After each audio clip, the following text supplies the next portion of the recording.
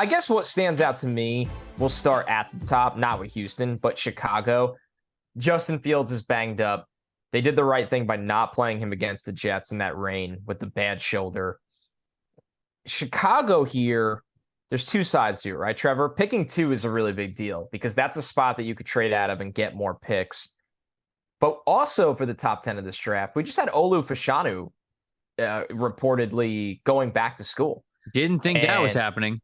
Did not think that one was happening. I get the tweets that are like, he's 19. He's played under 1,000 snaps. Dude. And listen, I don't ever speak for other people's life decisions. I'm just speaking how we cover it from a draft perspective. Mm-hmm. This dude was going in the top 15, probably going in the top 10, probably going in the top 6 to 8 picks. It's a lot of money. He was going that high? Guaranteed? Not guaranteed, but he had a shot. He would have tested off the charts. Yeah. Really smart dude. Really, really smart dude. Great tape. And that kind of guy that an offensive coaching staff looks at and goes, man, he's got everything we need. Yeah. Everything we need to be a franchise tackle. So the Bears, whether they pick a 2 or trade out, I would think offensive line is in that spot. Also, Will Anderson and Jalen Carter are in that spot. The Bears, though, are just, to me, the most exciting team up at the top because they get to play with the, do we take the best player available or do we trade for a haul of picks? I think it would be the latter, knowing how Ryan Poles, or thinking how Ryan Poles would operate very young in his GM career, but it's a huge variable at the top. I think they're trading back, right? It makes most sense. It's a thin roster. They have a lot of key needs. They got a ton of needs. I think we talked about it a little bit. I can't remember if it was last week on Wednesday or the week before, but you're in a situation where there's a handful of QB needy teams, right? Carolina's sitting there. Las Vegas is at 9. All of a sudden, they're pretty desperate. Detroit probably thinks they're okay at number 3. Right, I think Detroit was the big one that we talked about because what was Detroit? Let me look. Last week, Detroit was picking 6 and 13. So we figured they would be a good candidate because it feels reasonable for them to maybe give up 6 and 13, or if they're not comfortable with that, you give them 6, you give them a first rounder next year, maybe some extra picks as well. Then you can move up to number 2. But if Detroit's going to sit there at number 3, if the Rams are going to continue to be bad and they're going to get a top 3 pick, maybe they don't feel that pressure as much. Maybe they do. And then, the price isn't as high as it would be before. So Detroit would probably be able to move up 1 spot to get up to number 2. But that is a division team. That, and I think they like Goff.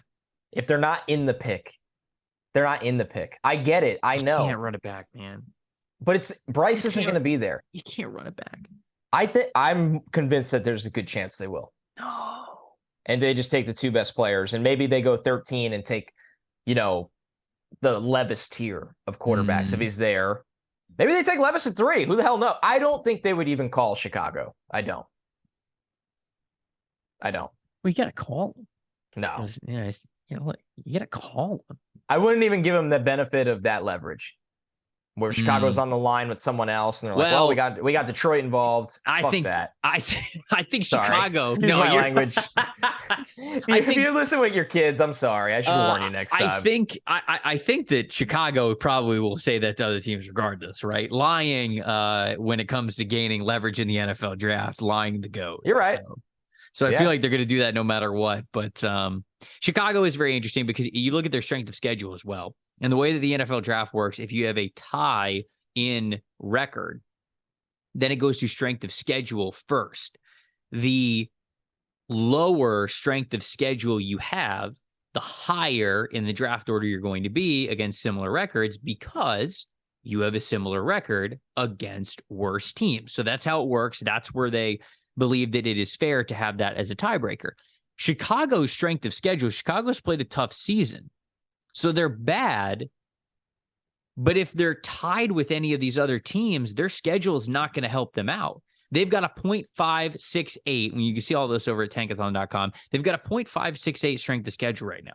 If they were, let's say, 3-8 instead of 3-9, right? And we'll get there after the bye weeks work themselves out. But if they were 3-8 instead of 3-9, they'd be picking 4th instead of 2nd. if they happen to be 4-8 instead of 3-9. They would be picking 8th instead of 5th. They would be at the bottom of every single tiebreaker throughout the top 18, which is where the cutoff is for playoff teams.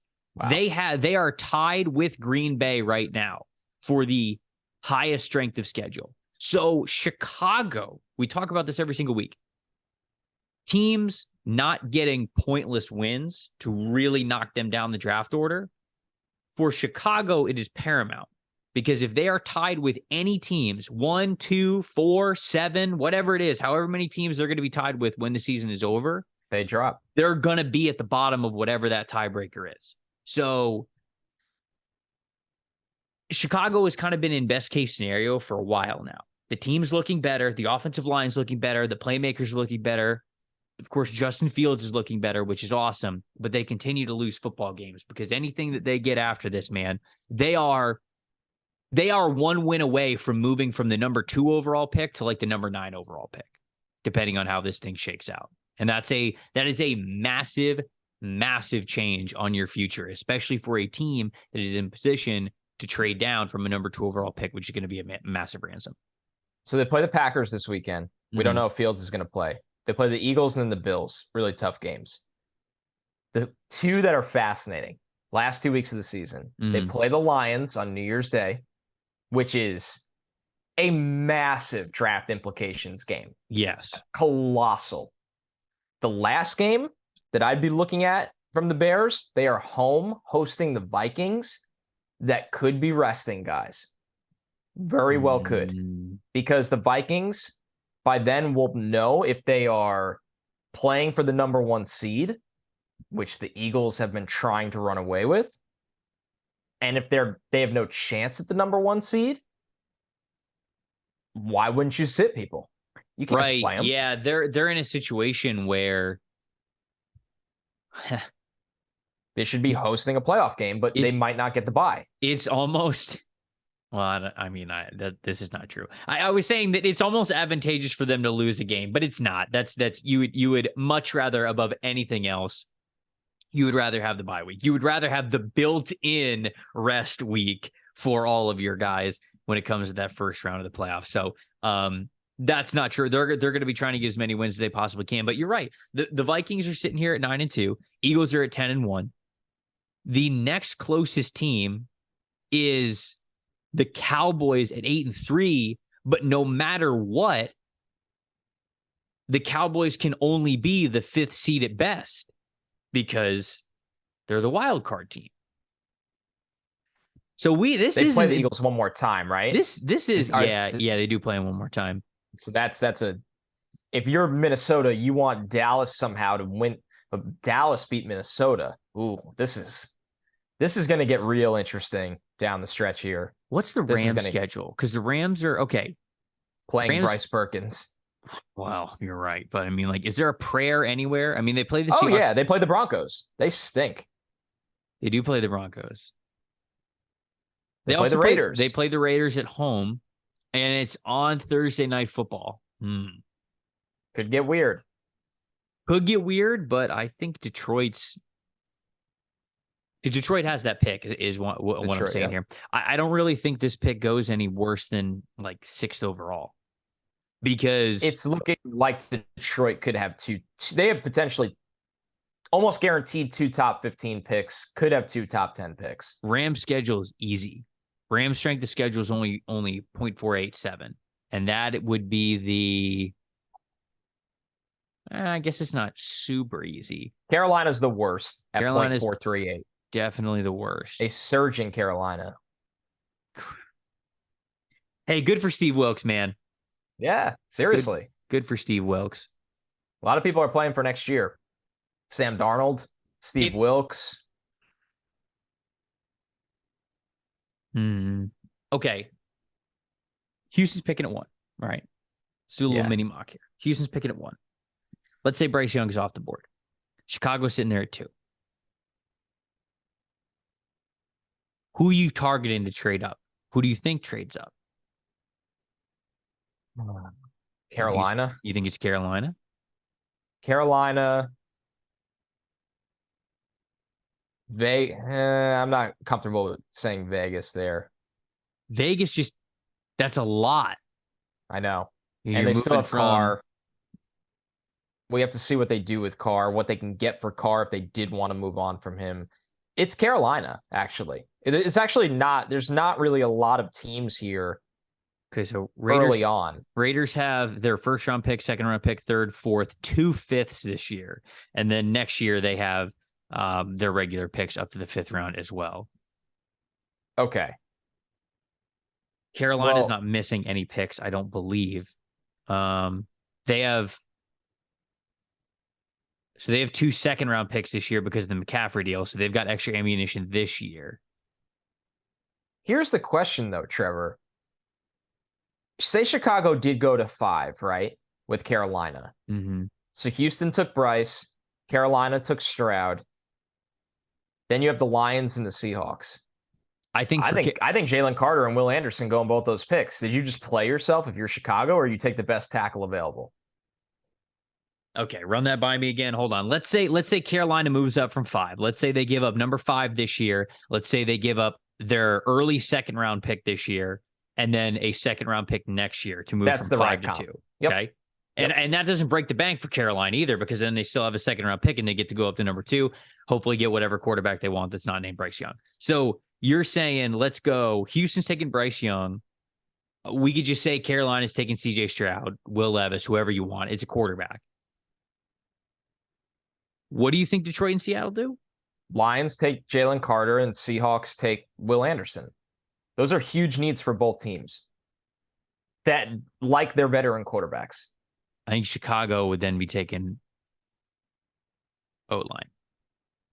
Right. You're looking at Paris, Skoronski, Broderick. Yeah. And that's something where, based on ceiling, which I know can be a very cliche, loose term, I think Olu conversation would have started there. Now, if you want to get interesting, what if you're Chicago sitting there at number 5, and let's say one of Will Levis or CJ Stroud are still on the board, so it's one of those 2 guys. Let's say it goes to the scenario that you brought up. Detroit does not take a quarterback at number 3. So you're sitting there at number 5. One of CJ Stroud or Will Levis is still there, as well as the entire rest of the quarterback class. I don't know how it's going to shape out, right? Anthony Richardson, Tanner McKee, whatever. Do you move from, let's say, 5 to 9 for Vegas? Yeah, absolutely. Because the tackle tier is, you're fine. I think 9. So too. So maybe it's a no-brainer. Maybe you can get Vegas to give you another first rounder next year to move up to 5, basically to say, hey, if you're moving on from Derek Carr, if you think Derek Carr is bad, if you're getting out of him for the contract, you need a good quarterback. Do you think one's going to be sitting there at number 9? I still wouldn't do that if I was Vegas, but I agree with your take from Chicago. I wouldn't give up a first to move up 4 spots when I have the fallback option at Carr. It would have to be lighter than that. But it's interesting. And I think you'd be looking deeper than that. You'd be looking at the Colts at 14, I think. So you'd have to go back further, but you could still get a tackle at 14. And I think the Colts are going to lose more football games, right? So I think the Colts are probably going to realistically end up somewhere around pick 10. So then are the Colts, the Colts could certainly be a team that you call up, and they might be a desperate team to move up to go get a quarterback. I don't know. Yeah, they could offer you their first round pick and 2 timeouts that they still have in their pocket. Christ. Yeesh. Great deal. So, all right, that's an interesting scenario there with Chicago.